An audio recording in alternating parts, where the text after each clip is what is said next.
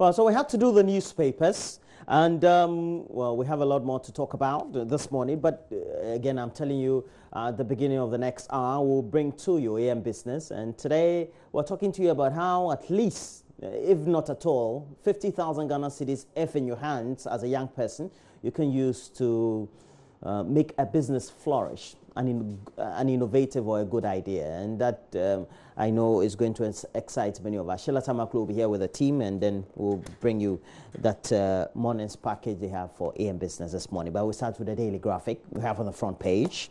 Tragic incident following torrential rains. 4 hours we're told, happening in Tamale. That's the northern regional capital. It says Tamale underwater after 4 hours of torrential rain, and apparently claims the life of a teacher.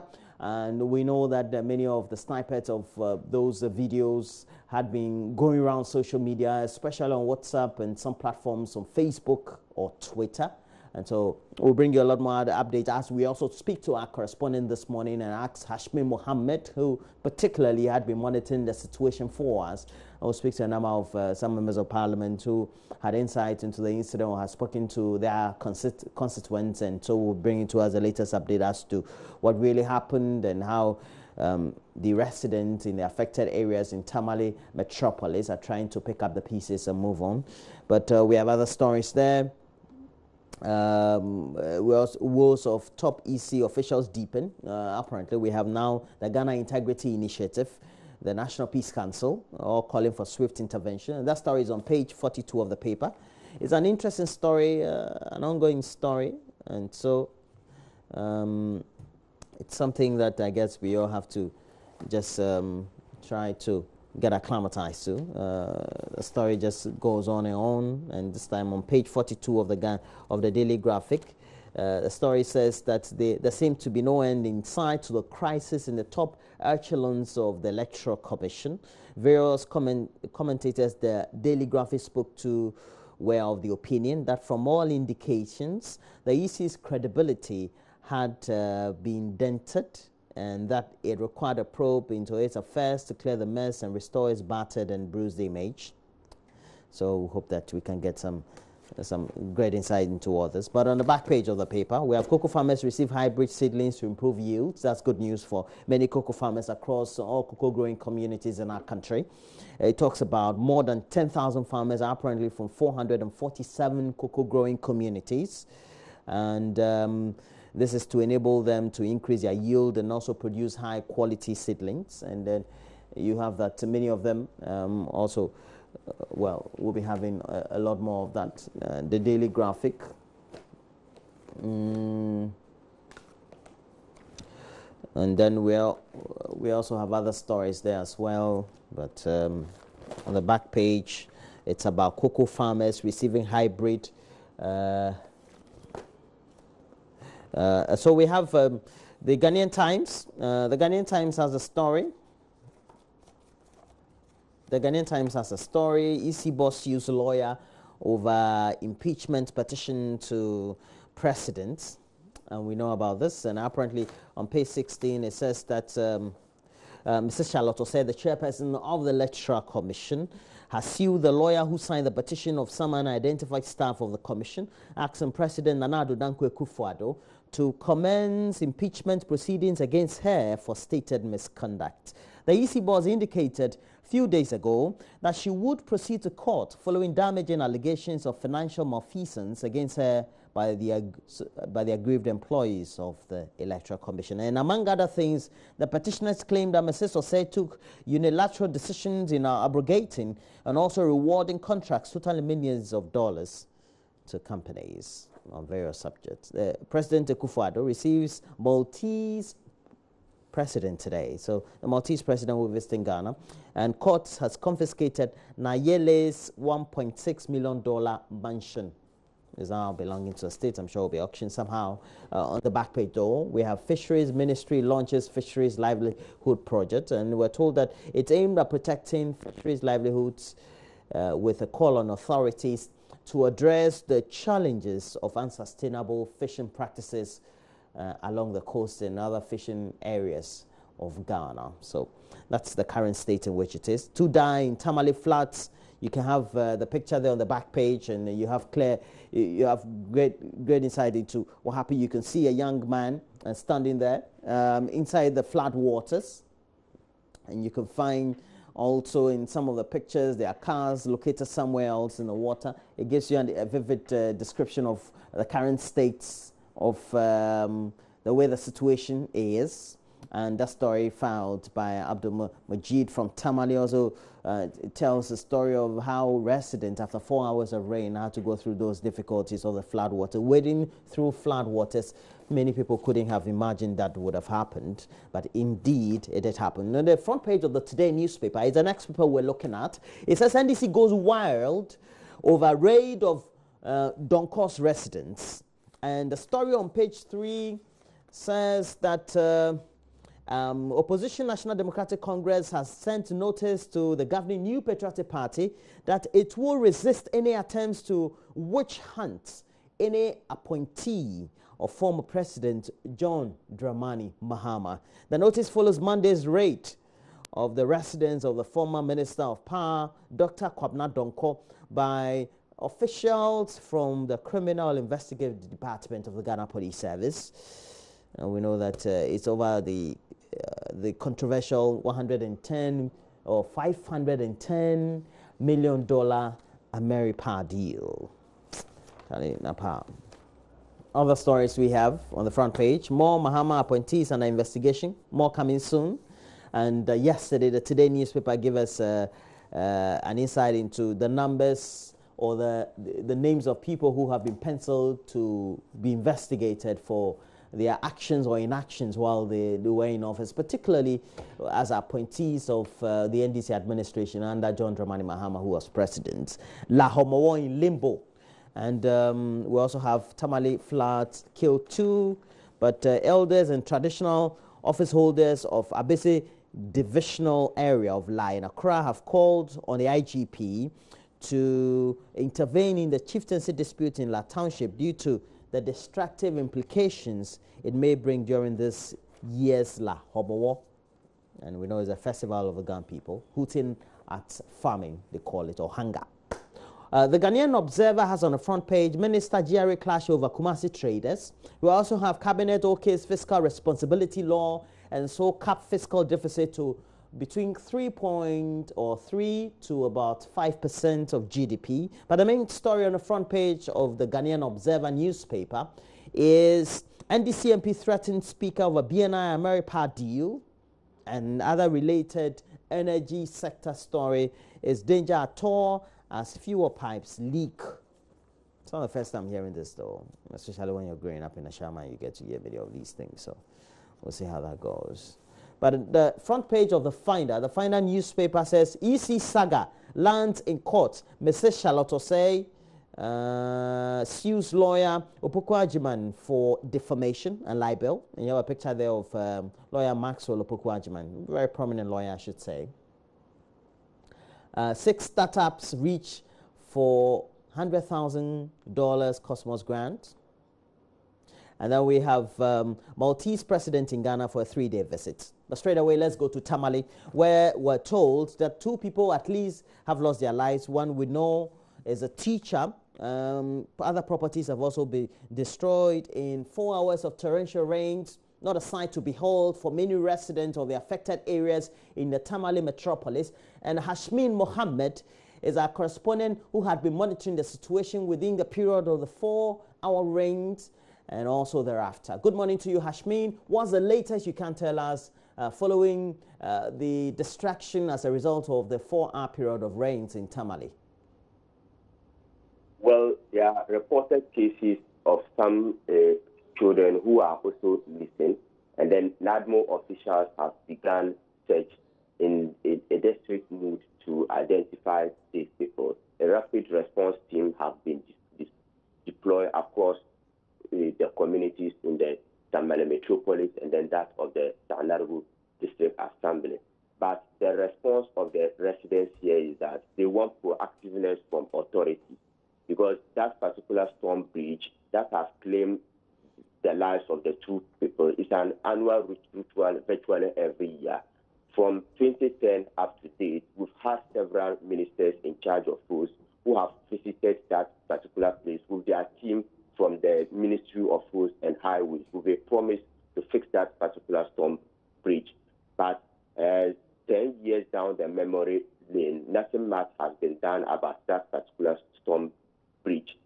I can also remember the Tamale Metropolitan Assembly in 2015 secured a grant under the Ghana Urban Management Program to open up the Gumani community and several other communities. Under the program, they were supposed to construct gutters and then construct a retention pond in Gumani, where yesterday the middle-aged woman was carried away with a vehicle on her return from work, where we are also told she went to pick her children.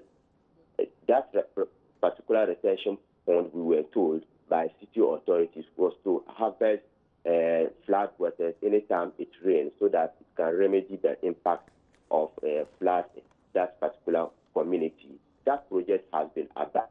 Several road projects that have also started in those areas have all been abandoned.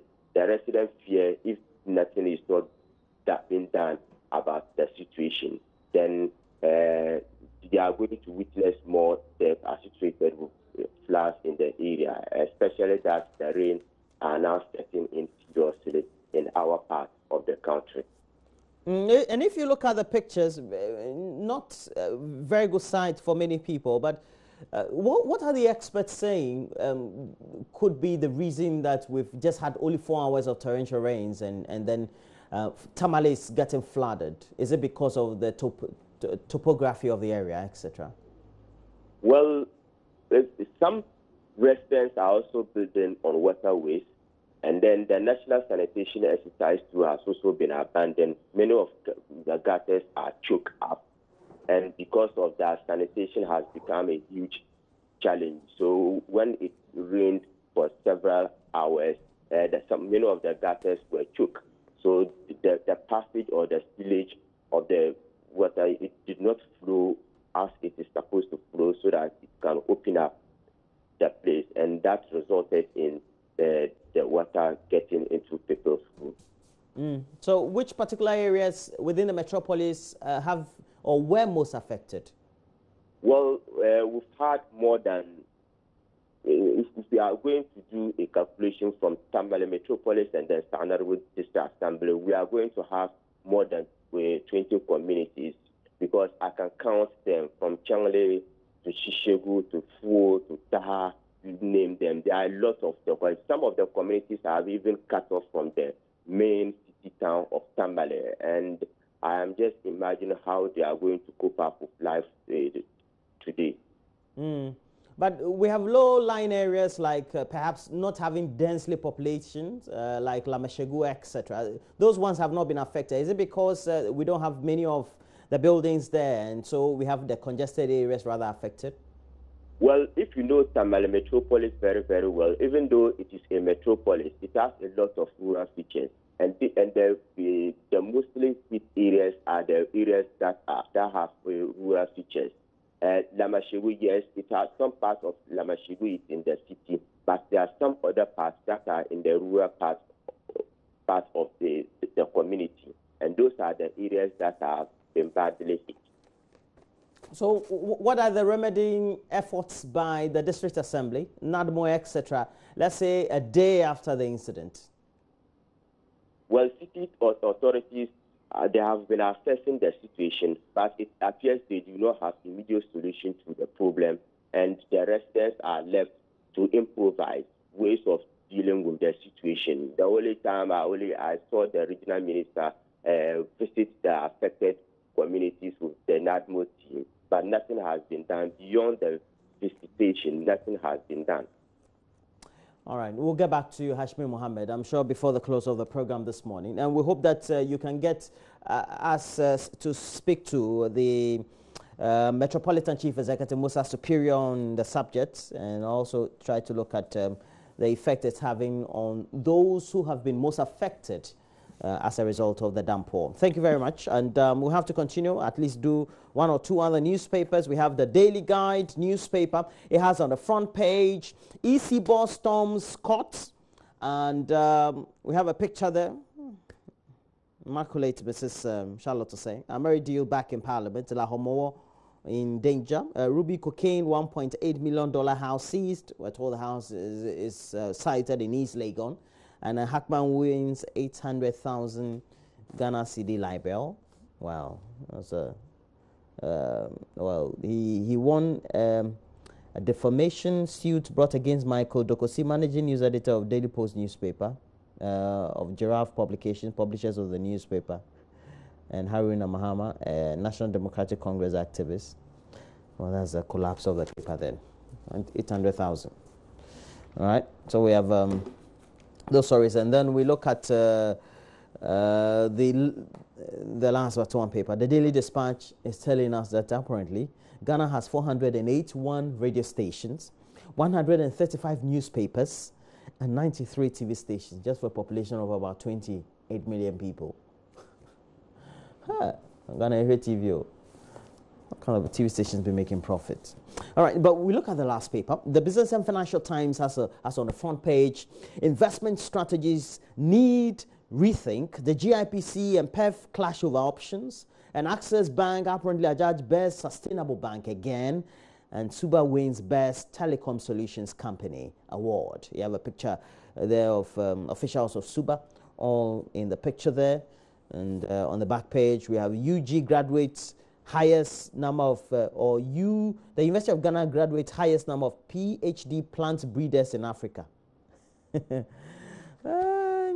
It says a 17 student recently graduated from the University of Ghana's West Africa Center for Crop Improvement with PhDs, making it the highest number of doctorates.